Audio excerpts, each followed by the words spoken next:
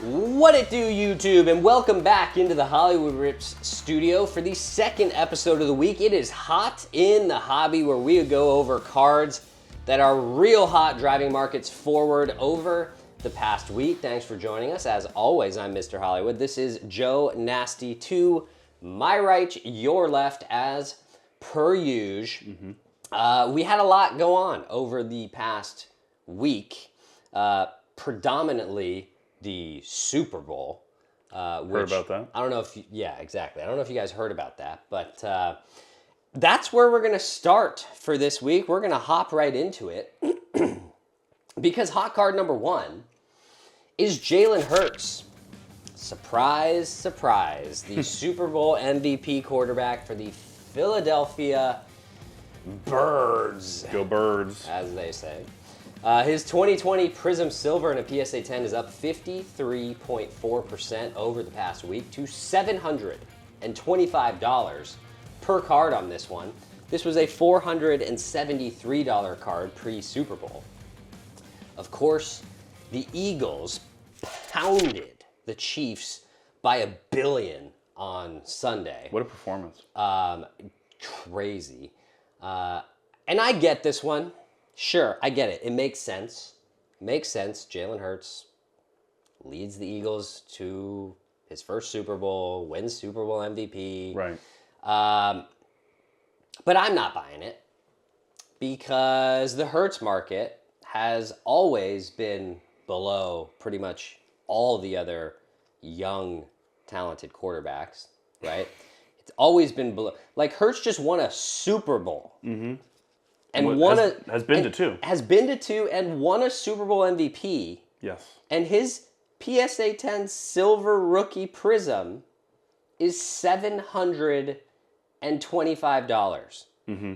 Like, Justin Herbert, Joe Burrow, Lamar Jackson have not won any Super Bowls. Or been there. Oh, Burrow has. Burrow has been there. And their silver prisms in a PSA 10 are all at least $300 more than Hurts, right? What that tells me is that if this is peak for Jalen Hurts, I think what it tells me is that the hobby has spoken in saying that they just do not find value or excitement as much in Jalen Hurts. It's kind of like when the Celtics won the NBA championship last year. And sure, Jason Tatum cards and Jaylen Brown cards went up by, say, 50, 60%. Mm-hmm. But we did not see these meteoric, 300% increases like we saw when Luka made the finals. Or Lakers legend. Yeah, Laker legend Luka Doncic. or like when Ant-Man made the Western Conference finals. Like, those are explosions, like meteoric rises. Mm-hmm. Those are players, I think, that people just really want to invest in. Sure. I think people just don't want to buy Jalen Hurts. I think that's what this is telling me, is that there's no crazy ceiling that people are seeing with Jalen Hurts. Mm-hmm. I think the Brown-Tatum comparison is actually really spot on, despite the different sports and scenarios. Right. I think everyone really acknowledges that all three of those players are quality players. Yeah. Maybe, you could say elite, and everyone would be like, yeah, I get that. But at the bare minimum, really, really, really, really good players. Mm-hmm. But I think all those players were also on clearly the best rosters in their respective sports. Right. And so I think Hurts played a really composed, and that was used on the broadcast a few times, and it was appropriate. Yeah. Composed, really good Super Bowl. The interception was tough, but also his center missed the block, right? Right. And he kind of panicked through. Right. Other than that, he made every single right play, took the ball down and ran, threw that bomb to Devontae Smith, and played a really good quarterbacking game in a game where his overall roster and team was just overwhelmingly better. So, with that being said, I think you would probably agree, I don't think he was the MVP, because you just can't give an MVP to 4 defensive linemen. Right. No, exactly. You know what I mean? Exactly. So, like, to me, Josh Sweat was the Super Bowl MVP. I mean, yeah, I would argue yes, as well. But you can't, like, that's just the nature of the beast. The MVP of the regular season is now the sexiest QB season. The Offensive Player of the Year has turned into the best non-QB. Yeah. And the Super Bowl MVP is the winning quarterback. So, Usually. at this point, it takes something special like Cooper Kupp Yeah. against Joe Burrow. Yeah. So, I think that's a very spot on and excellent comparison. Jalen Hurts, I guess you would say maybe a top 5 QB at this point, just resume, what he's accomplished, but like Right, but it's not necessarily because of pure raw ability. and he's He's a product of the system that he's in, right? if you want to say system QB, you can. But like, I know, like that's the term I'm trying to stay away from. Yeah, no, I hear it, but there's no way around the fact that I don't think Jalen Hurts is the same quarterback if he's not in Philadelphia. Of course not. And there's just it's the it factor, right? He seems like a lovely young man. Yeah. He's a handsome young man. He's now a 2-time Super Bowl appearer. He's now a Super Bowl. He's now a winner and MVP. Yeah. But the it factor is clearly not there. Right. Like if you were going to do an advertisement for a Philadelphia Eagle, you probably go to Saquon first. Yeah. Well, I mean, at the end of the day, people look. This is a quarterback-driven league, Of course, and at the end of the day, people want to see 300 plus through the air it's true. and 3 touchdowns. That's what drives value in this league. And at the end of the day, Jalen Hurts he's a 200 to 250 yard guy. Yeah, but he played the game that won them. Yes, he did. I'm not taking that away from No, him. I'm supporting. Yeah. Well, whatever you guys think about Jalen Hurts, curious to know in I the think it's really comments. cool. I'm a fan below. of a guy who, like, what happened to him at Alabama would have probably devastated, certainly me. Yeah. Like, to be benched in the national championship game, Right. but to have the wherewithal to still, like he transferred, yeah. But he, like, picked himself up by the bootstraps and, like, still, He did? and he's had success. I think it's really cool. Like, he's clearly a strong-willed person. He is. And I think he deserves a lot of credit. Deserves more credit than he is given. He's just not like it's fine to say he's not as physically talented as like Justin Herbert or Joe Burrow or whatnot. Yeah. That's okay. Yeah. He's in a great situation. He's in a great situation. This team's going to be good for a long time. Mm-hmm. They're in the NFC, which seems to be somewhat wide open. They should make the NFC Championship game again next year, at the least. Yeah, we'll see. We'll Mm-hmm. see. Moving on to hot card number 2, and we could have all the hot cards be Philadelphia Eagles this week. I'm not going to do that because just like, why would we do that? We get it. They had a good season. we get it. They won the Super Bowl. So just feel free to insert Saquon Barkley here or Mekhi Becton. Really? Mekhi Becton, his rookie contenders autograph. An offensive lineman. Yeah, his rookie contenders autograph was up 502% this past week. He did get a lot of screen time though, right? Because he was like trying to work through that injury. Yeah. Interesting. 502%. Yeah. Cooper DeJean, of course. DeJean. Yeah, his green ice, his Prism green ice, up 300%. Well, pick 6 on your birthday. Crazy. I think it was his first career interception. Yeah. Pick 6 on his birthday in the Super Bowl. Pretty unbelievable. That'll we're do not gonna dive deep into those because we got to spread the love a little bit. It can't just be an all Eagles hot cards of the week. So we're moving on to someone who's not even an athlete. You don't know that. And that is Kendrick Lamar. Of course, Kendrick Lamar was the Super Bowl halftime show performer. He does have a card. His 2016 Topps Chrome first pitch card in raw condition. It's him throwing out the first pitch in a Dodgers jersey. Cool. Was up 188% over the past week to $115 per card. This was a $40 card before the Super Bowl. I've heard a lot of mixed reviews on this halftime show performance. Same. Yeah. I've heard a lot of people claiming that it was like the greatest Super Bowl halftime show that they've ever seen. I respect your opinion on that. I've also heard others say, I read one tweet which I'm not gonna lie, I laughed at. I read a tweet that said, I am disabled, something along these lines. I'm paraphrasing, but it said something like, I am disabled and have been in a wheelchair for 20 years, and I'd like to thank Kendrick Lamar for giving me the strength for the first time to get up out of this chair so that I could turn this trash ass music off. Well, so he's working miracles. Sounds like the best performance ever. Yeah, I don't know why I thought it was really funny, but I found it to be really funny. I like a good and look, diversion, yeah. Whether you're a fan of the music or not, I don't really think we need to be buying Kendrick Lamar cards. Like I don't know. I don't think Kendrick Lamar is like transcendent or like a generational musical talent. Now, I might be wrong, or some of you might disagree. I keep in mind, I also kind of have an aversion to like all modern music. Sure. Mostly because I can't understand a word that anyone is saying anymore in almost any genre. It doesn't matter if it's rap, rock, country, pop. I cannot understand what anyone is saying anymore. Jazz? Jazz more soft-spoken, fewer words, you know? Yes.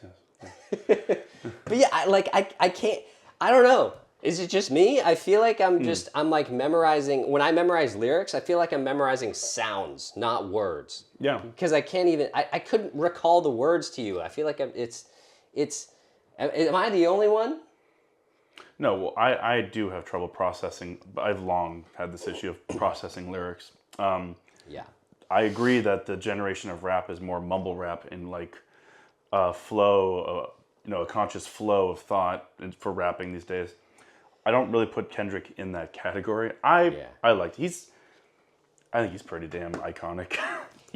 Sure. You got to think of the songs that he is. came out with when we were also growing up, like the Swimming Pools and songs like that. You would recognize it. I would recognize it. I don't know them. He didn't really go back in the catalog for this one. I don't know what you want from me. I liked the performance. It was fine. I thought it was more of an art piece than it was a performance, which probably doesn't necessarily play at the Super Bowl. I will say I was a fan of seeing Serena Williams there. That was going to be the Serena part. That was pretty cool. I was actually curious to see if we might see a little bump in Serena Williams stuff. That's a good point. She looked good. She looked great. The lady knows how to crip walk. That is, I mean, to have a woman of many, many talents. That's for sure. I mean, for her to come out and crip walk when she was criticized for it at Wimbledon was cool. Yeah. For her to crip walk when her sibling was murdered by a crip when she was younger says a lot how she feels about a certain Canadian. I thought it was very fascinating. I enjoyed the performance. You're a fan. Would you buy this Kendrick Lamar card? No. Why would I buy a rapper card? So moving on to the next hot card of the week, then I suppose, and that is, I had to ask him how to pronounce this like 5 minutes ago. That is Cam Skattebo. Yep. Did I get it right? You did. Cam Skattebo, running back for the Arizona State University Sun Devils. Mm-hmm. His 2024 Bowman Chrome U first Bowman X-Fractor, that's a lot, in a raw condition was up, this is a weird one, but it's up 312% to $35 per card. It was just an $8 card a week ago. I find this a little bizarre considering that this card did rise to $22 after his really big performance at the Peach Bowl against Texas, where he ran for 143 yards and 2 touchdowns. He also caught 8 passes for 99 more I think he threw for one. yards. Did he throw for a touchdown? I think he threw for one too. Jeez. On a trick play. But Skattebo, 293 carries for 1,700 yards, 21 touchdowns, 45 catches for 605 yards, 3 touchdowns. He is projected right now to go in the 3rd round of the NFL draft, and people are saying that he will possibly end up with the Chargers. He's kind of a jack of all trades running back. Mm-hmm. Sort of does it all. He runs, he catches, he blocks.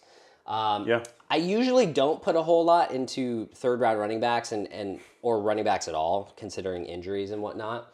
But if there is a coach out there that is going to make a running back or utilize a running back and make them the best that they can be, Jim Harbaugh is that guy. 100%. So for me, Scatterboo, right? Yeah. Yep. Scatterboo. Scatterboo comes down to where he ends up. I would not be buying this card right now. But if he got drafted by the Chargers, then I think it becomes something maybe you got to think about. I agree. If he got drafted by the Chargers, I very much would agree. He is a Jim Harbaugh type of running back, and he would very much know how to utilize that. But I could also see the Chargers like packaging that pick and like moving up for like a receiver, or 100%, something like that, right? 100%. I just, as you were saying that, also like I could see him going to Baltimore, right, as a really good fit, which again Harbaugh's. Yeah. But that's the type of runner he is. He's an angry runner. Mm-hmm. He was an excellent running back at Arizona State. Tough, hard as nails. You said he's a really good blocker, and that comes with the experience. I think I just looked it up. He's 23 years old. Yeah. So he knows how to play the game. He's not afraid to stick his nose right there in the gap and protect on the blitz, and that is valuable. Mm-hmm. He's not going to be an explosive athlete, but he is going to be a grinded out, get you some tough yards, and finish his runs kind of guy. And I think every team could honestly use that, but he'd be perfectly utilized by the two Harbaughs for sure. Yeah. Yeah, it's gonna be a if system. it got to that point. It's gonna be a system thing for Scatterboo. Yeah. Scatterboo. I could see the Niners using him well too, to be honest. I mean, there's multiple systems he fits in, for sure. I'm not buying it right now. I don't know why it's more expensive now than it was after that Peach Bowl. To me, that's a little bit inexplicable. I mean, he is moving up draft boards. That's the reason He must why. be working out amazingly. He's probably doing very well in his workouts and pre-draft stuff. But we're moving on to our last hot card of the week, and that is Juan Soto. Outfielder, right fielder for the New York Metropolitans. His 2018 Topps Update rookie card, only in raw condition. The graded versions have not done as well. Only in raw condition is up 168% over the past week to $34 per card. This was a $12 card a week ago. 2024 saw Juan Soto hit 288 with 41 home runs, 109 RBIs, and a 989 OPS. I think this is probably a little bit of a reaction to the Mets re-signing Pete Alonso. Sure. Although I'm sure Pete is pissed AF considering he just turned down over $100 million more last year. He did, yeah. That's a real tough pill to swallow when you just turned down $120 million more guaranteed. But I think, and I've said this for a long time, we've said it a lot on this show, I think the Mets lineup without Alonso was not scary at all. I think you add Alonso back into this lineup, and now this lineup starts to look very solid. I still think that there are a lot of holes in the Mets roster on the pitching side, and a lot of question marks. Clay Holmes being converted to a starter, who knows how that experiment's going to go. Kodai Senga coming back from a full season injury, who knows how he comes back, right? And then you're relying on Sean Manaea as your ace, quote unquote. In my opinion, that's not good enough. That's not good enough to win in October, in my opinion. And I think Soto's stats will almost surely decline from his year with the Yankees. I mean, in the Bronx, he got to hit to the shortest right field porch in all of baseball, and he was also protected by the best hitter in baseball in Aaron Judge. So if it's me, I'm probably projecting like a 270-ish year, average-wise, for Juan Soto. I think he'll be somewhere between 260 and 280. If I'm being honest. I think he'll probably hit around low 30s home runs, maybe mid 30s with around 100 RBIs. Honestly, the numbers I think Juan Soto is going to put up this year are going to be hardly worth 300 million, let alone 750 million. Let's not forget that. Let's not forget that before this year, Juan Soto hit 275, 236, and 246 in the 3 years before being protected by Aaron Judge and hitting to a kitty corner in right field at Yankee Stadium. His OPS in those 3 years was 894, 778, and 930, right? I just don't think that Pete Alonso or Mark Vientos, whoever's hitting behind him, Yeah. is going to give him enough protection to put up Yankee numbers, to be Yankee Juan Soto. And to me, that is a real scary proposition when you are paying someone $50 million a year. It is looking like the Soto contract, to me, is really going to be a tough contract to swallow in the second half. I think we need to start with one factor. I think the Judge factor is fair. The Yankee Stadium one, and I just had to bring this up because it's not a big deal. And these are the numbers. He had the exact same number of at-bats at home and away. He had 288 at-bats on the road and 288 at home. Mm-hmm. And he actually has better numbers on the road. He has one more home run on the road than he did at home. So, the Yankee Stadium factor, to me, moot.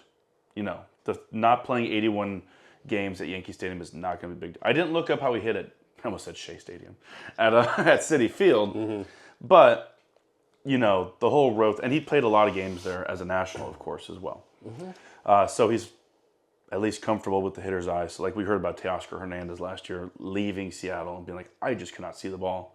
Like his road splits were so much better than on the road, where it's like, get him out of Seattle. He'll be the player that he was for that run. So in that sense, I'm not worried about Soto in the slightest. If you want to argue that he's no longer protected by, the best offensive force in baseball, that's fair. And when you pay Juan Soto $700 million, you have to remember, if they're not going to be, let me phrase this. So with Judge, they threw him strikes to get him out to make sure that he wasn't on base in front of Aaron Judge. If they don't feel the same way about Pete Alonso, Juan Soto will take his walks, which means he's going to be on base all the time, which is valuable. But in this offense, which I think you're alluding to, that's probably not what they need. They need him to be a producer. Exactly. Because they don't have a elite marquee producer. Because what they're banking on is Pete Alonso bouncing back. Because again, flat out, his numbers were the worst as a big leaguer last year. I mean, they're banking on Pete Alonso becoming a 40 home run guy again, and they're banking on Mark Vientos being a 30-plus home run guy too. And it should be noted that Pete Alonso's worst season was a 35 home run season. So but everything else was bad, and that is lower than anything he's ever done before. That's just a fact. So they're banking on Pete bouncing back in a big way. But if they felt that strongly about it, they would have just signed him earlier in the offseason. Exactly. So, no, the real argument here for me is, I'm not going to say 700, because that's an argument of like, should people be playing a kid's game for 700? That's more my argument. In a pure baseball sense, no. And I've said this from the beginning. For a guy who doesn't pitch at a high level also, of course he shouldn't be in that range. He was a liability in the outfield. I don't care if he was nominated for a Gold Glove. That's my thing. I think offensively he'll be very, very, very, very, very good. He is. And he will be. And he'll have Francisco Lindor in front of him all season long. So take all that as you will. What's your stat projection for Juan Soto this year? I think the 275 to 280 range is just about right. I mean, that's about what he is, and he takes his walks. So when he swings the bat, he's obviously not going to hit a home run every single time. Yeah. In today's baseball, a 280 hitter Yeah. is valued. Yeah, I mean, at the end of the day, I really think this Mets team, like kind of like you were alluding to, what they're hoping Alonso returns to, or what they're hoping Vientos becomes. This Mets team, aside from the fact that the pitching needs a lot of work, Yes, and they got to figure it out. I don't disagree there. This Mets team, I think, really will live and die with Pete Alonso and Mark Vientos. Where do you put them in the pecking order of Because- Braves, Phillies, Mets? Because Lindor and Soto, I don't worry about. They'll get on base. Soto will drive in Lindor a lot, A lot. right? I think he'll have at least 110 RBIs. Yeah, but like even when he's not driving in Lindor, say Lindor singles and Soto walks, right? Mm-hmm. Can Pete Alonso, can Mark Vientos get them in consistently? And that becomes the question. Mm-hmm. If Pete Alonso and Mark Vientos are going to hit 230, 240, I don't think that's going to be good enough. Where's the pecking order for you with the Braves, Phillies, Mets? I would say Remember, the Braves get those guys in a back. playoff series. I'd say, well, I mean, your division, 1, 2, 3. They're all going to make it, right? 2 of them will get the wild card. Yeah. I'm gonna say I still like how the Phillies are constructed. I think the Phillies are going to be the most consistent team of those three. I think that's fair. I do like the Braves a lot. I like what they've added as well. The Profar edition is going to be pretty big for Atlanta. They're going to get Strider back at some point Acuna. this year, as well as Acuna. Although they did lose Max Fried. True. That's the big one. So from that perspective, I like the Phillies rotation, the Very best of the three teams. If I had to order it right now, I would probably say Phillies, Braves, 1A, 1B, and then I would say the Mets for sure are a step below, even with Alonso, for me. I think that's fair. No, You're about the same? I think so. I think it's going to be, all of them are flawed. Like, I'm with you in that. I think the Phillies probably are the best team. They're just looking at maybe this is the last year before you look at their roster like, oh, they're old. Before they got to kind of blow up something. Yeah. Yeah. So I'm trying to see the projected. Yeah. Let's see here. NL East. You can go. I They are mean, projected to be Braves, Phillies, Mets. I mean, here's the thing. I think the Phillies are the most consistent, but I do think the Braves have the most upside. I do think the Braves have the most upside. Highest ceiling. Highest ceiling, yes. I think the Braves have the potential to have the best record of all of them if people come back healthy and they're actually still good. Yeah. Right? If Acuna and Strider come back and they're like any shadow of an inkling what they were before, and you add Profar to this roster, and maybe Matt Olson doesn't hit 190 for the first 3 months, And Riley recovered. Yeah. All of it. then the Braves are going to be crazy. Then they're going to be real good. The name of the game in today's game, where starters don't really go past the 5th inning, and you have specialized bullpens, is how many outs do you have in your lineup? And I think the Mets have a few more outs at the bottom because they have questions at second, left, center, and it depends how you feel at catcher. Exactly. And I think some pitching staffs will be able to carve through the bottom of their order and get the 27 outs sooner. I agree with that. But we're also talking in February, and this is a team that obviously will spend and do what it takes. So Yeah, exactly. this conversation could be very different, of course, by August. Right. Well, that'll wrap things up for us on this week's episode of Hot in the Hobby. Hope you guys enjoyed this week's show. If you did, don't forget to like, comment, and subscribe to the channel down below and hit the notification bell so you don't miss the next one. We do have one more show for you guys this week, and that will be the Cardboard Critics. We are back for the Invest Cards of the Week. It'll be our 4th, and I think it's our final MLB-only investment show for this off season before we really hit spring training games and the price start next week. Yeah, and the price of baseball cards starts to go up significantly as the season approaches. So thanks for joining us. As always, I'm Mr. Hollywood, that's Joe Nasty, and we'll see you guys tomorrow. The boys out.